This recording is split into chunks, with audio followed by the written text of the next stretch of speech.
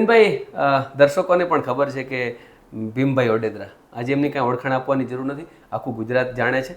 કાનગોપી રાસમાં એમણે એક પોતાનું નામ બનાવ્યું પોતાની મહેનતથી. જ્યારે આ સોશિયલ મીડિયા નહોતું, જ્યારે આ બધી આટલી હાઈફાઈ ટેકનોલોજી નહોતી, ત્યારે પણ ગામડે ગામને એમને ઓળખતા થયા છે. તમે પણ એમની સાથે ઘણા કાર્યક્રમોમાં એક બાળ કલાકાર તરીકે પણ ગયા હશો, તો એવું લાગે છે કે તમે ત્યાંથી આ બધો વારસો તમને મળ્યો છે, ત્યાંથી આ બધું તમે શીખ્યા છો?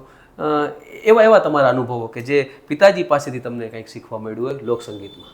મેક્સભાઈ, આમ જોઈએ તો મારા ઘરમાં બધા કલાકારો જ છે.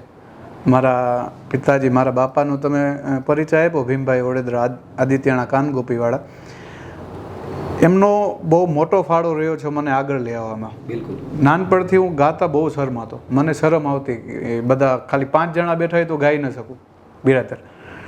બાપા મને ખીજાઈને સંભળાવે પણ કે